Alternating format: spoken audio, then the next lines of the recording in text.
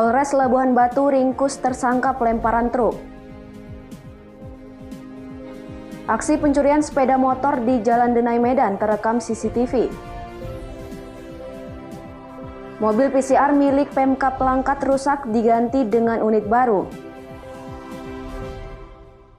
Selamat malam pemirsa, selain cuplikan berita tadi, kami juga akan menghadirkan informasi menarik lainnya. Bersama saya Ari Mustika, pemirsa inilah Sumut Hari Ini Malam selengkapnya.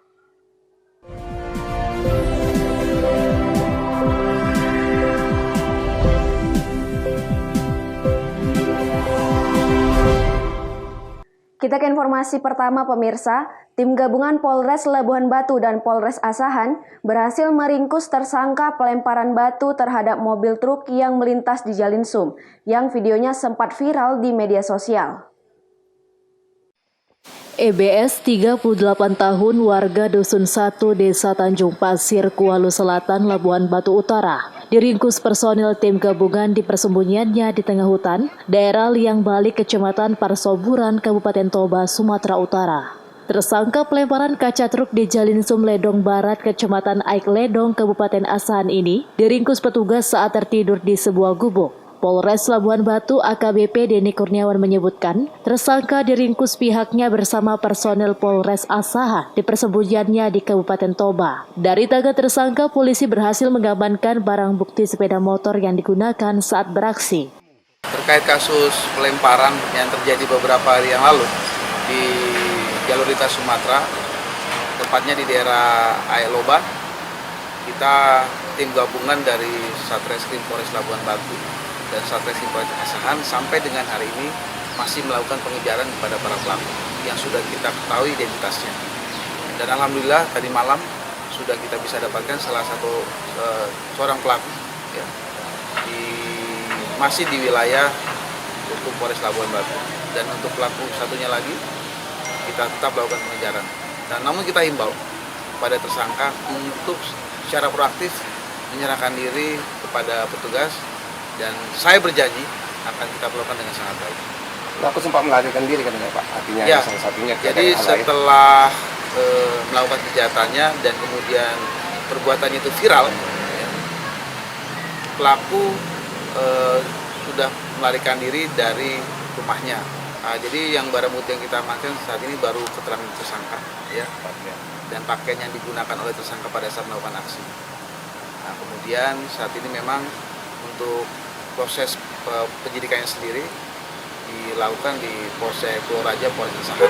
Namun untuk pengejarannya dilakukan oleh dua gabungan Polres Asahan dan Polres Labuhan Batu. Guna penyidikan lebih lanjut, tersangka dan barang bukti diboyong ke Polsek Pulau Raja, Polres Asahan. Sementara tersangka lain yang identitasnya sudah diketahui masih terus dalam pengejaran pihak kepolisian dari Resort Asahan dan Labuhan Batu. Ucok Sitorus melaporkan untuk Eva Rina TV.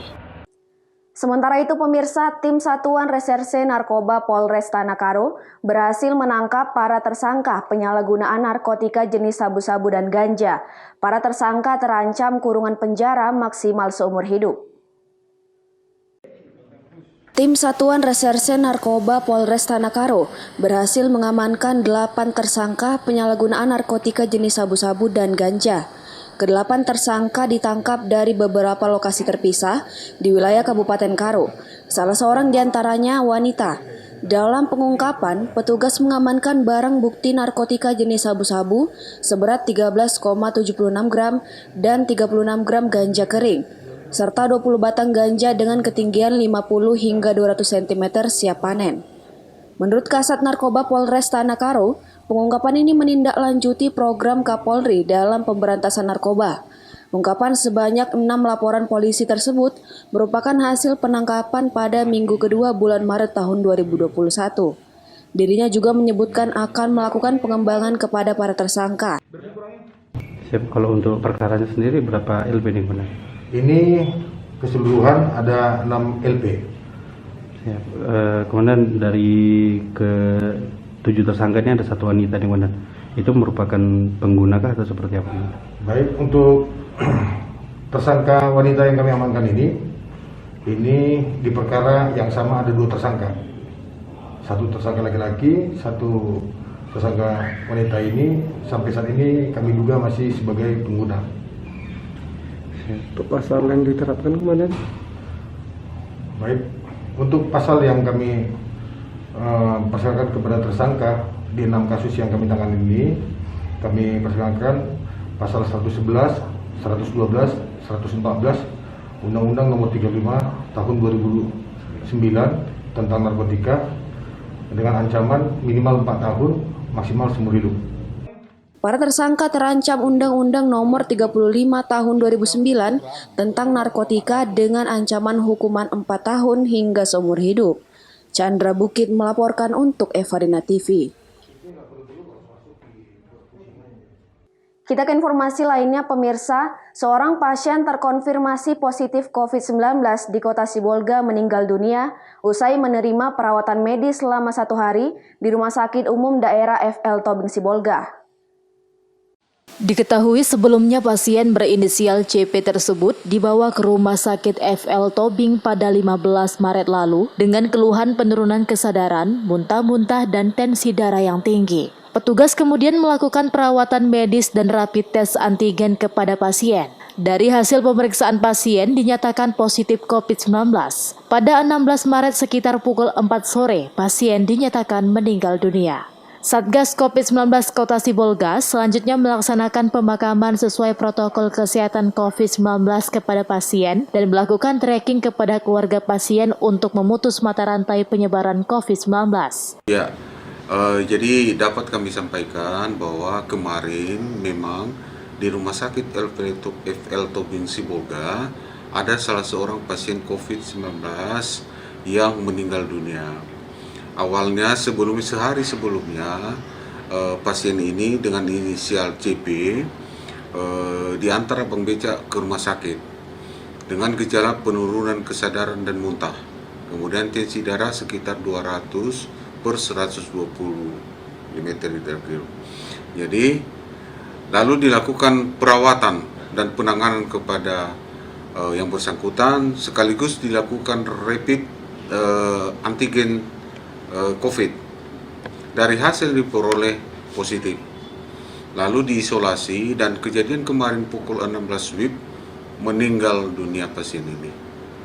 Untuk pihak keluarga sendiri sudah dilakukan tracing oleh pihak dinas kesehatan sendiri? Itu akan kita lakukan tracing kepada pihak keluarga, karena setiap yang kontak erat dengan pasien ini, almarhum ini, kita lakukan tracing untuk memutus mata rantai penularan COVID. Meskipun sempat mengalami penolakan dari pihak keluarga, namun setelah dilakukan mediasi oleh Satgas, akhirnya pasien dapat dimakamkan di pemakaman khusus COVID-19 Kota Sibolga yang berlokasi di perbatasan Kelurahan Huta Barangan, Kecamatan Sibolga Utara, dengan Kelurahan Aik Parombunan, Kecamatan Sibolga Selatan. Rizky Ramadan melaporkan untuk Evarina TV. Sumut hari ini masih akan kembali sesaat lagi, tetaplah bersama kami.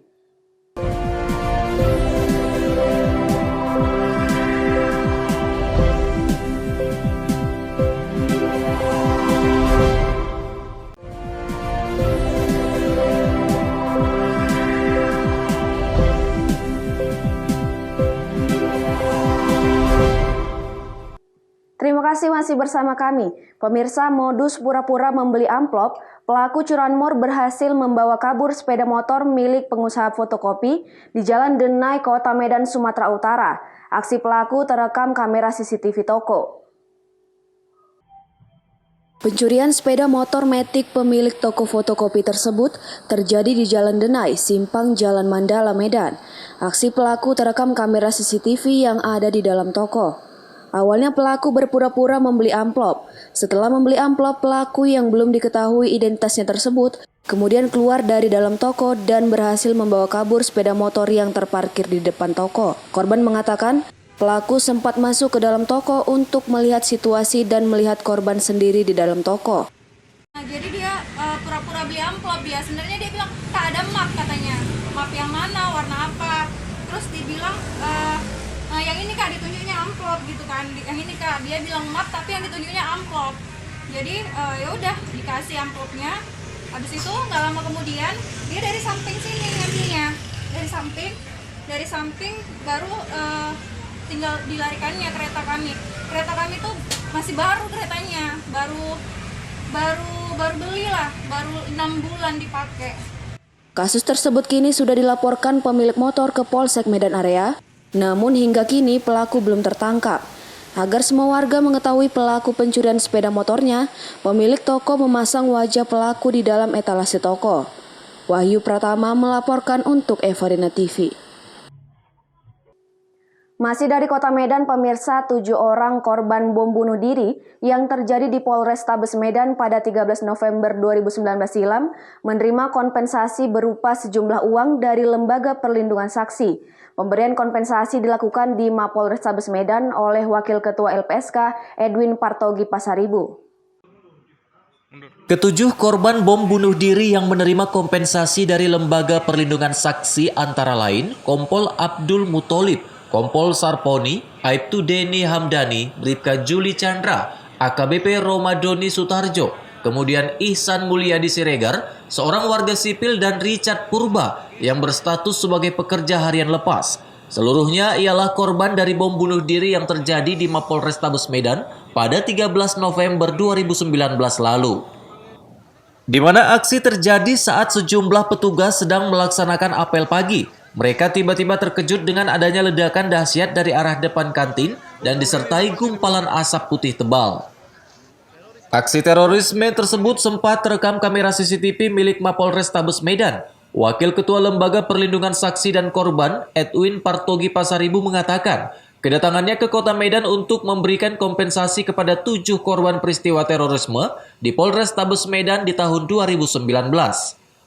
Pemberian kompensasi tersebut setelah adanya putusan Pengadilan Negeri Medan yang menyatakan ingkrah untuk mendapatkan kompensasi sebesar 140 juta rupiah. Ya, hari ini di Polrestabes Sumatera Utara kami datang untuk memberikan kompensasi kepada 7 korban peristiwa terorisme di Polrestabes Medan ini di tahun 2019. Penyerahan kompensasi ini setelah putusan Pengadilan Negeri Medan itu dinyatakan inkrah berkuasa hukum tetap, dan dalam putusan itu sudah disebutkan untuk 7 orang ini mendapatkan kompensasi yang beragam, totalnya ada sekitar 140 juta rupiah, ya. Dan tentu nilai ini tidak sebanding dengan penderitaan yang mereka alami, dan ini hanya sebagai wujud dari kehadiran negara, dan kami dari LPSK hanya menyampaikan pengajuan kompensasi kepada jaksa penuntut umum dan diputuskan oleh majelis hakim. Kami berharap ini adalah peristiwa terakhir yang memakan korban di Sumatera Utara khususnya, dan anggota Polri pada khususnya juga, karena sebagian pelindung kami di korban terorisme yang dari aparat negara adalah anggota Polri. Seperti diketahui, pelaku bom bunuh diri berinisial RMN dinyatakan tewas dalam kejadian tersebut. Sedangkan 5 anggota polisi dan 2 warga sipil mengalami luka-luka akibat bom bunuh diri tersebut. Wahyu Pratama melaporkan untuk Evarina TV. Di samping itu, pemirsa, mengalami remblong dan nyaris tabrak pengendara sepeda motor, truk kontainer tabrak besi gapura Pelabuhan Belawan. Tidak ada korban jiwa dalam kejadian ini, namun besi seberat 10 ton menimpa truk dan sempat membuat kemacetan di pintu pelabuhan.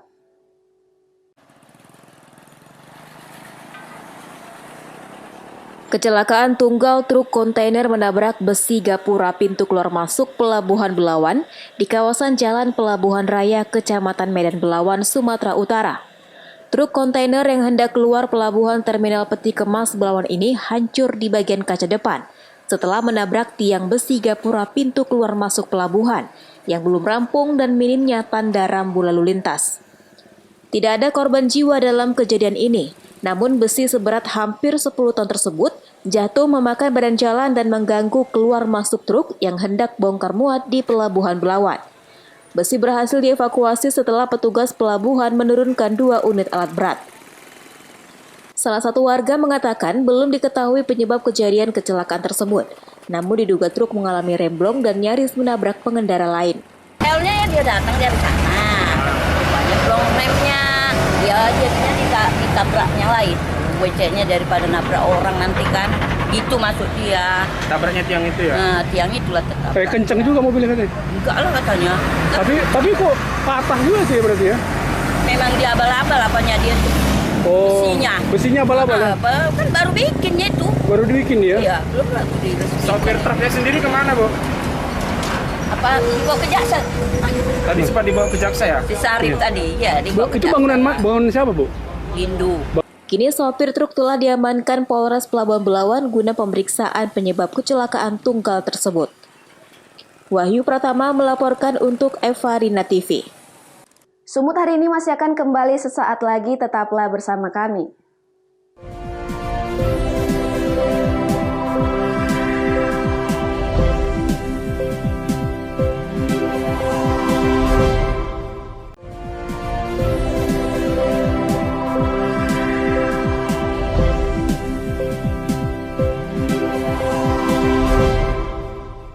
Terima kasih masih bersama kami.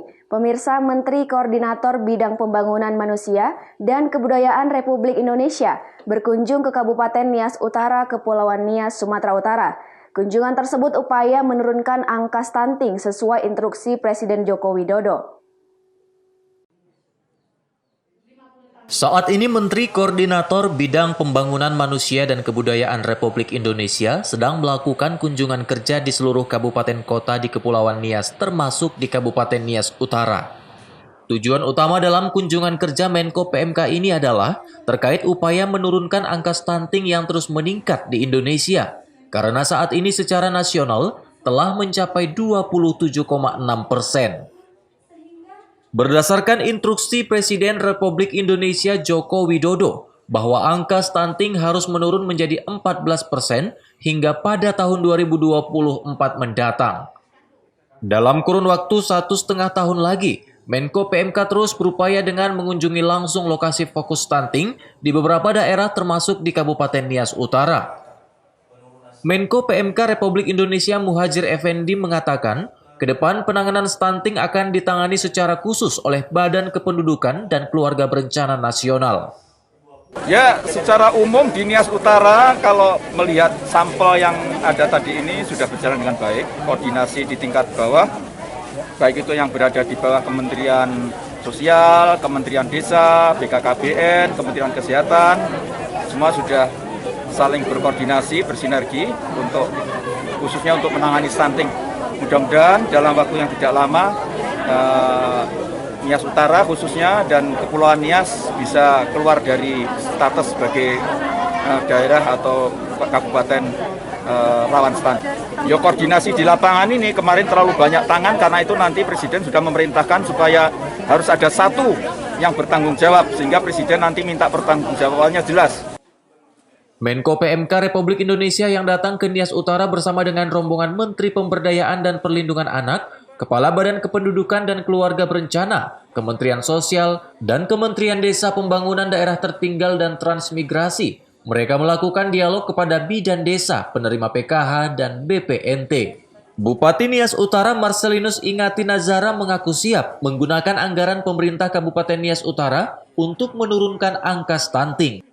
Kewajiban kita, pemerintah daerah tahap demi tahap, bagaimana menangani stunting ini dengan intervensi dari beberapa dinas terkait untuk menangani secara serius stunting ini. Tentu harapan kita dalam 1, 2 tahun, 3 tahun ke depan, stunting di Nias Utara ini tidak atau setidaknya bisa menurunkan angka stunting ini. Anggaran masing-masing di SKPD terkait, terutama dinas kesehatan, ada juga di sosial dan Bapeda kalau nggak salah, Bapeda. Tentu dari dana desa. Dari dana desa juga bisa diintervensi dari dana desa untuk penanganan stunting ini. Selain itu, kunjungan sejumlah menteri ini juga memberikan berupa tabungan sebesar Rp1 juta kepada salah satu graduasi PKH dan kredit usaha rakyat sebesar Rp50 juta kepada KPM graduasi PKH melalui PT Bank Rakyat Indonesia. Haugo Manojega melaporkan untuk Evarina TV. Pemirsa, setelah mangkrak selama 1 bulan karena rusak, alat PCR swab test milik pemerintah Kabupaten Langkat, Sumatera Utara akhirnya diganti dengan alat yang baru. Pemirsa, setelah mangkrak selama 1 bulan karena rusak, alat PCR swab test milik pemerintah Kabupaten Langkat, Sumatera Utara akhirnya diganti dengan alat yang baru. Pemirsa, setelah mangkrak selama 1 bulan karena rusak, alat PCR swab test milik pemerintah Kabupaten Langkat, Sumatera Utara akhirnya diganti dengan alat yang baru. Pemerintah Kabupaten Langkat, Sumatera Utara akhirnya mengganti alat PCR swab test di mobil COVID-19 keliling. Alat dan mobil senilai 2,4 miliar rupiah ini sebelumnya rusak, padahal baru 1 bulan digunakan. Seluruh peralatan di dalam mobil diganti dengan yang baru. Jika sebelumnya peralatan PCR buatan Korea, alat PCR yang baru ini diganti dengan buatan Eropa. Menurut penyedia alat, PCR yang baru ini dapat mengeluarkan data lebih cepat, hanya 80 menit sesudah sampel diterima. Itu berapa lama Bang baru keluar hasilnya Bang? Keluar hasilnya itu sekitar 80 menit itu hasil udah keluar. 80 menit. 1 jam 20 menit itu hasil udah keluar. Tapi untuk proses validasi kan kita belum tahu. Itu untuk berapa Jadi, sampel tadi Bang? Untuk 96 sampel. 80 menit. 80 menit. Ini di mana aja udah ada yang kayak gini Bang? Sebelumnya mobil PCR swab keliling milik pemerintah Kabupaten Langkat senilai 2,4 miliar pada Desember 2020 lalu menghebohkan warga Langkat. Pasalnya saat baru dipakai untuk menguji swab ratusan personil Polres Langkat, hampir seluruh hasilnya positif. Namun ketika sampel tersebut diuji kembali ke Rumah Sakit Adam Malik Medan, hanya 6 polisi Langkat yang positif COVID-19. Pemerintah Kabupaten Langkat akhirnya meminta vendor penyedia alat untuk mengganti dengan yang baru. Wahyu Pratama melaporkan untuk Eva Arena TV.